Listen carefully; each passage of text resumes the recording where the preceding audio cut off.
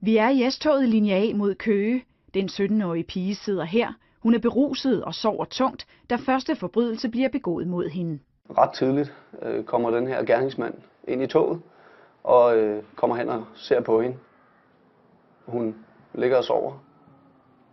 Er rimelig offensiv omkring det og få fat i det, hun har i tasken.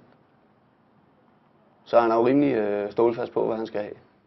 Efter at have siddet cirka 7 minutter bag pigen, får han lirket computeren op af hendes taske, og så forsvinder han. Man kan også se, hun bemærker jo intet omkring selve tyveriet.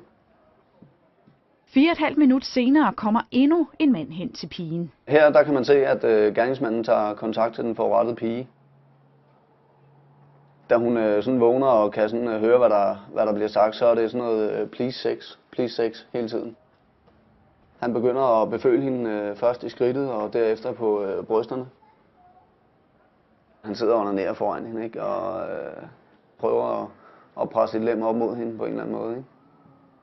Udnytte en 17-årig piges tilstand på den her måde.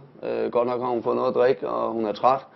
Men det her, det er simpelthen, det kan jeg næsten ikke finde ord for. Pigen får til sidst sparket ud efter ham, han forsvinder, og det lykkes pigen at komme sikkert tilbage til sit hjem i Solrød. Kort tid efter anmelder hun forbrydelserne.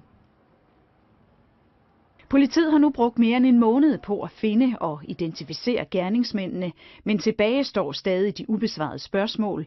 Hvem er de, og hvor kommer de fra? Og begår de forbrydelserne sammen?